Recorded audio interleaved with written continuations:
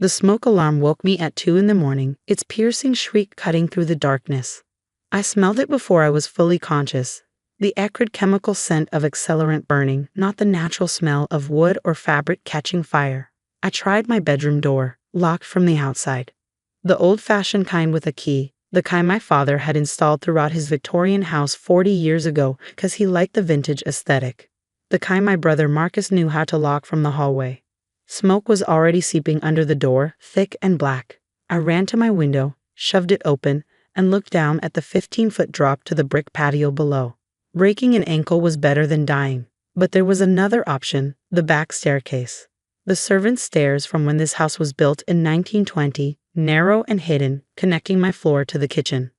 I grabbed my phone from the nightstand and crawled toward the back of my room, staying low where the air was clearer. The hidden door was behind the bookshelf, a panel that looked like wall but opened if you knew where to push. My father had shown me when I was 10, making me promise to keep it secret. He'd always been paranoid about fires in old houses. The staircase was full of smoke but not yet burning. I felt my way down in complete darkness, one hand on the wall, phone in the other. The door at the bottom opened into the kitchen. I stumbled out, gasping, my lungs screaming for clean air. Through the kitchen window, I saw my mother's Mercedes parked across the street, interior light on. She was sitting in the driver's seat, watching the house. Just watching. I didn't stop to process what that meant. I ran out the back door into the yard, into the cold November air, and called 911. The fire department arrived within 6 minutes. Police came with them. By the time the fire was contained, the entire second floor was destroyed.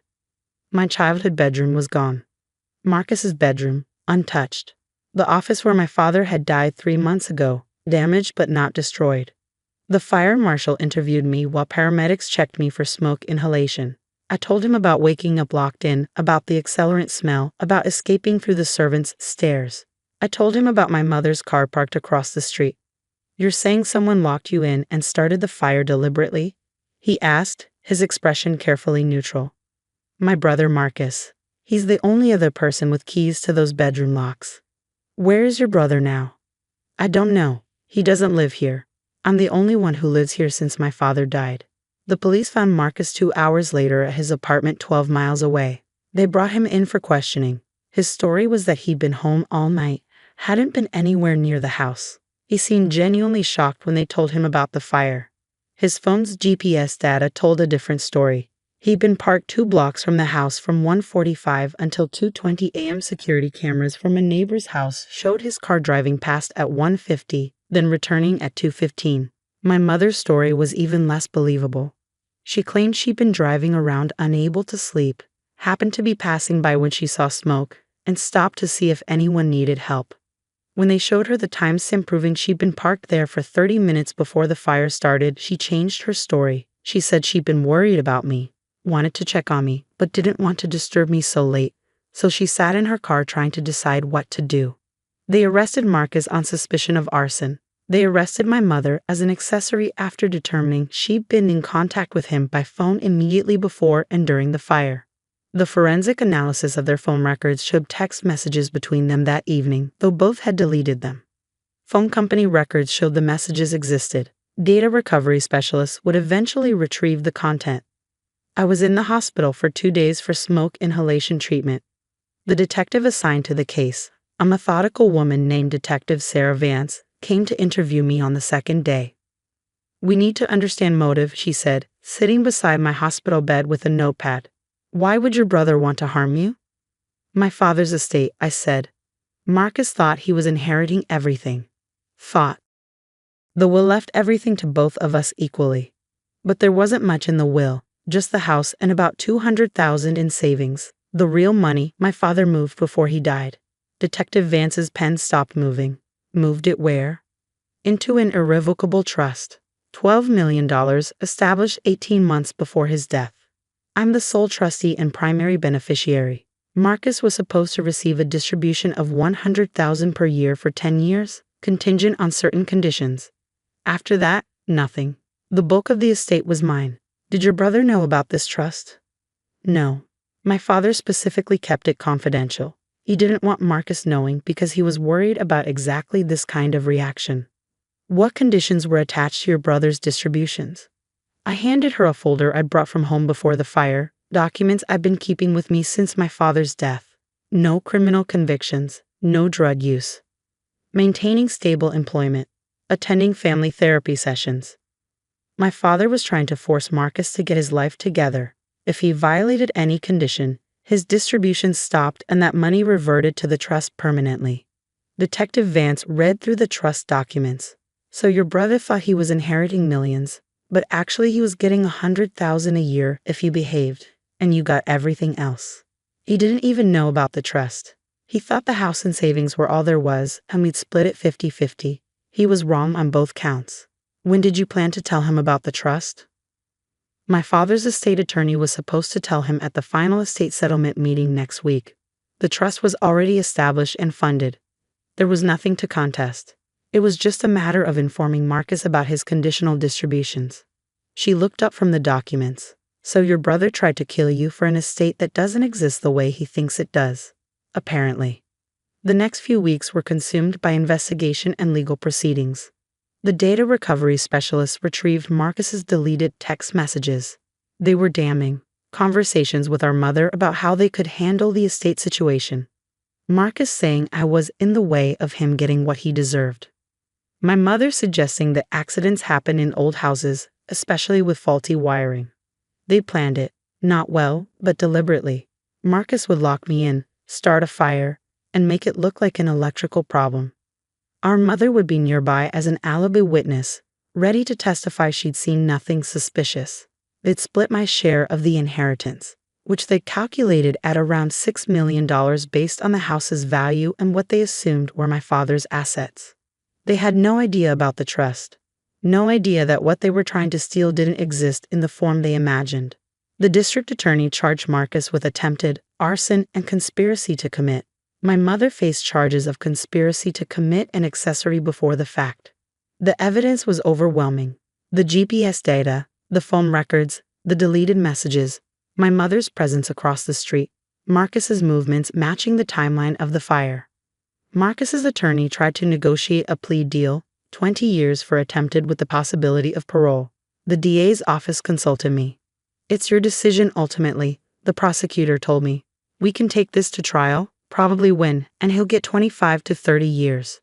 Or we can accept the plea, guarantee 20 years, and save the cost of a trial. What about my mother?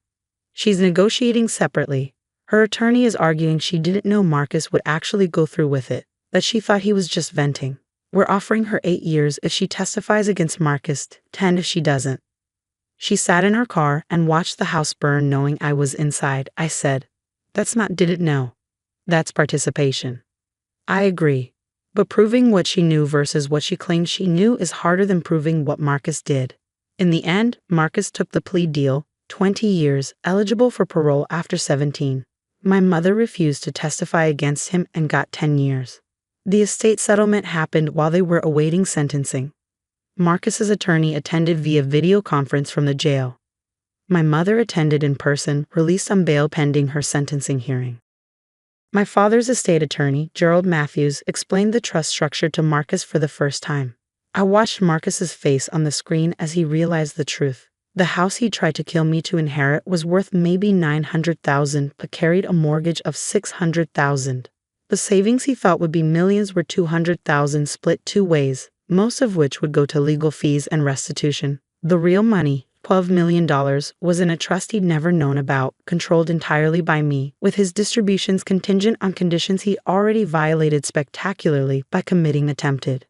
The trust was established 18 months before your father's death, Gerald explained in his precise attorney voice.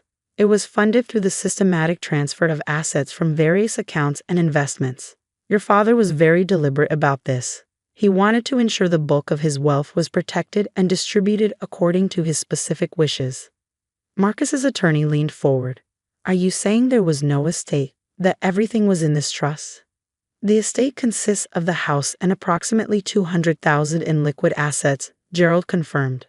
Everything else, the investment portfolio, the life insurance proceeds, the business interests, all of that was transferred into the Morrison family trust before your father's death. It's completely separate from the probate estate. The trust documents specify that any beneficiary convicted of a felony loses all distributions permanently, Gerald continued, looking directly at the screen showing Marcus's face. Those funds revert to the primary beneficiary, which is your sister. Additionally, any beneficiary who causes harm to another beneficiary forfeits all interest in the trust. So even if you were to appeal your conviction successfully, which seems unlikely given the evidence, you would still have no claim to any trust funds due to your documented actions toward your sister. Marcus said nothing. His attorney said nothing. There was nothing to say. Furthermore, Gerald continued, the house will be sold to pay your legal defense costs and the restitution your sister is entitled to for property damage and emotional distress. After legal fees and restitution, there will be approximately $40,000 remaining from the estate, which would normally be split between both children. However, given that your criminal actions directly caused the property damage, your sister is entitled to your share as additional restitution. My mother's face had gone white. She understood none of this. She had helped her son try her daughter for money that didn't exist in any form they could access. The trust account freezing happened 2 weeks later, though not in the way Marcus and my mother had feared. They'd never had access to the trust accounts because they'd never known the trust existed, but they had both opened credit cards and taken out loans based on their expected inheritance. They'd spent money they thought was coming, running up debt against an estate they'd never actually inherit.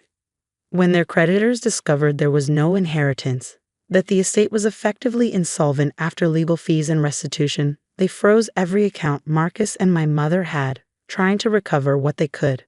My mother's car was repossessed. Her house went into foreclosure. Marcus had nothing to freeze. He'd spent everything. I attended both sentencing hearings. Marcus showed no remorse, still convinced I'd somehow cheated him. My mother cried and apologized, saying she'd been manipulated by Marcus and hadn't understood what was happening. The judge didn't believe her. Neither did I. The house sold 6 months later.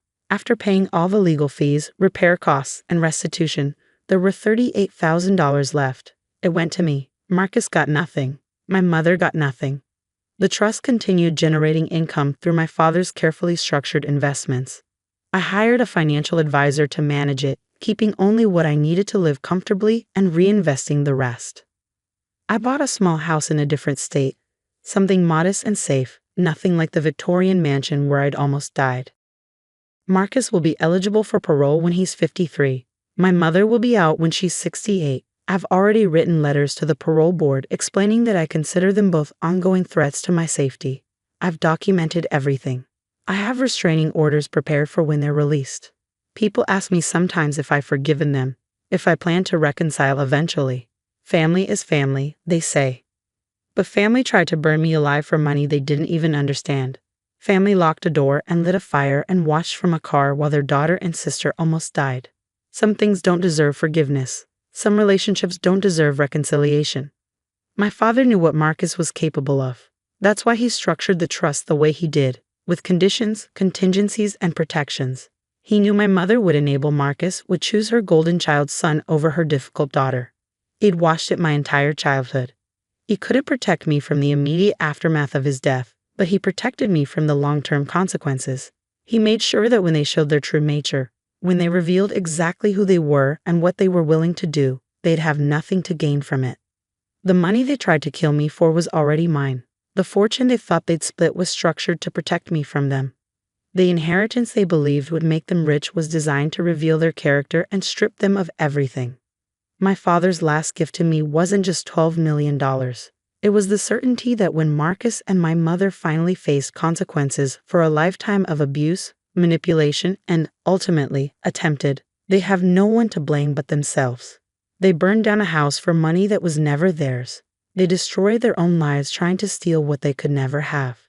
And I survived with everything my father meant for me to have: his fortune, his house, and the freedom from ever having to see either of them again.